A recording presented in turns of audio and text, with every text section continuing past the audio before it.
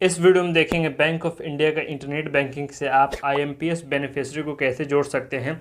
Full process में देखेंगे और उनका पासबुक जो भी आप बेनिफिशियरी ऐड कर रहे हैं उनका पासबुक रेडी रखें, जैसे अकाउंट डिटेल वगैरह, तो ये रेडी रखें। इस वीडियो में फुल प्रोसेस में देखते हैं कि कैसे आईएमपीएस बेनिफिशियरी ऐड कर सकते हैं। तो चलिए इस वीडियो को हम शुरू करते हैं।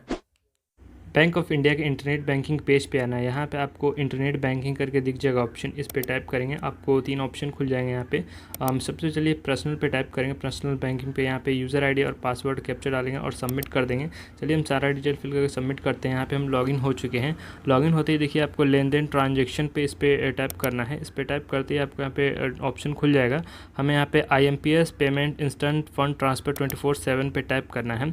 अब हमें देखने को मिलेगा 3-4 option, add beneficiary, view delete beneficiary and make a payment and view payment status. 3-4 option हमें देखने को मिल जा रहे हैं।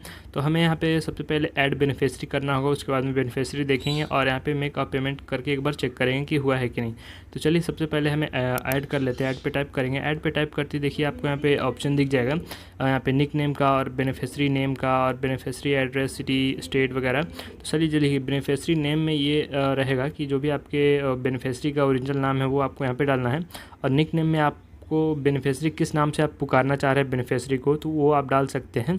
और यहाँ पे सिटी सेलेक्ट करेंगे और यहाँ पे स्टेट डालेंगे, सेलेक्ट करेंगे और पिन कोड डालेंगे यहाँ पे, और बेनिफिशियरी का फ़ोन नंबर डाल सकते हैं। देखिए जो भी स्टार मार्किंग है वो ज़रूरी है। चलिए अब IFSC कोड डालेंगे और यहाँ पे बेनिफिशियरी अकाउंट टाइप पूछा जा रहा है। देखिए यहाँ पे क्या है कि ढेर सारे आपको ऑप्शन देखने को मिल जाएंगे, जैसे सेविंग, लोन वगैरह का।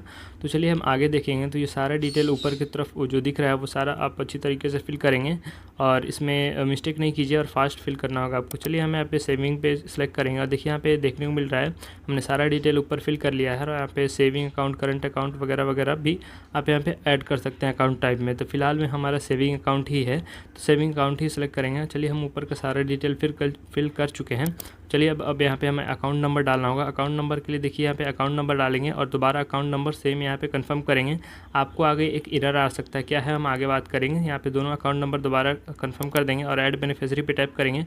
देखिए इस तरह का आपको एरर आ सकता है कि जो भी आपका सेक्शन एक्सपायर करके आ सकता है कि आप लेट अगर आप फिल कर रहे हैं सारा डिटेल, तो ऐसा एरर आ सकता है। तो इसके लिए आपको जल्दी जल्दी सारे डिटेल फिल करना होता है। चलिए हम वापस उसी पेज पे आ चुके हैं।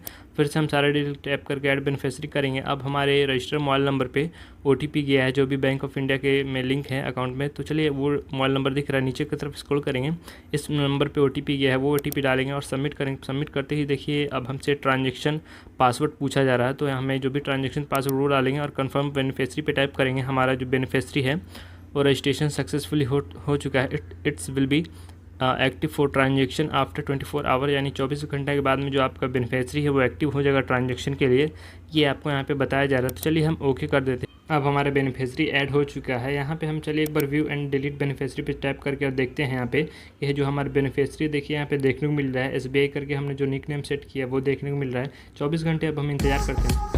अब हमने बेनिफिशियरी को ऐड कर लिया है और 24 घंटे के बाद में हम फिर उसी पेज पे वापस जाते हैं। तो 24 घंटे हम इंतज़ार कर लेते हैं और 24 घंटे बीतने के बाद में अपने इंटरनेट बैंकिंग पे आ चुके हैं और लेन देन ट्रांजेक्शन पे टाइप करेंगे। अब यहाँ पे हमें IMPS payment instant fund transfer 24/7 पे टाइप करेंगे और यहाँ पे देखेंगे कि हमें यहाँ पे मेक अ पेमेंट करके एक बार देखेंगे। इस पर जैसे ही टाइप करेंगे तो यहाँ पे बेनिफिशियरी निक नेम हमें यहाँ पे पूछा जाएगा। तो जो भी हमने वहाँ पे पूर्व में बेनिफिशियरी निक नेम डाला है वो यहाँ पे सेलेक्ट करेंगे और 1 से 2 हो सकते हैं यहाँ पे। चलिए सेलेक्ट करते हैं। देखिए हमें देखने को मिल जा रहा है SBI जो हमने पहले सेट किया था वो हमें देखने को मिल रहा है, यानी जो हमारे बेनिफिशियरी सफलतापूर्वक ऐड हो चुका है और ट्रांजेक्शन के लिए भी तैयार है। चलिए एक बार सेलेक्ट करके देखते हैं। सेलेक्ट कर सकते हैं और यहाँ पे अमाउंट डालेंगे, रिमार्क डालेंगे और यहाँ पे भी कर सकते हैं और फंड ट्रांसफ़र कर सकते हैं। आपका बेनिफिशियरी सफलतापूर्वक ऐड हो चुका है और एक्टिव भी।